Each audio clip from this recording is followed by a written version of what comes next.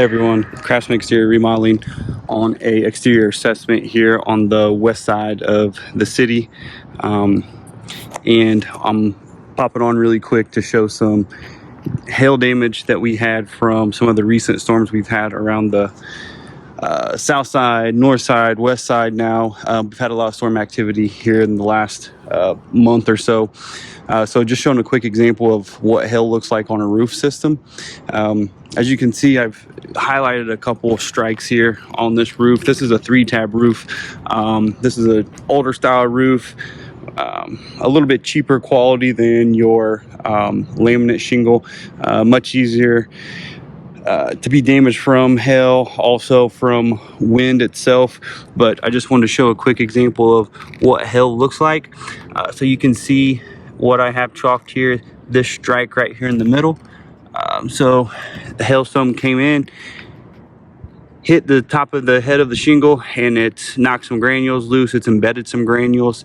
And then the other thing is the hail strike, once it impacts the shingle, creates an indentation right here on this shingle head that if you were able to touch this, you could see and feel that indentation of that strike coming from above and impacting the shingle. So what this does is causes asphalt to be exposed. It can fracture your fiberglass matting that's on the backside of a shingle, creates a indentation in the shingle for water to pool and seep in through the asphalt, and at the end of the day can lead to water intrusion in the home.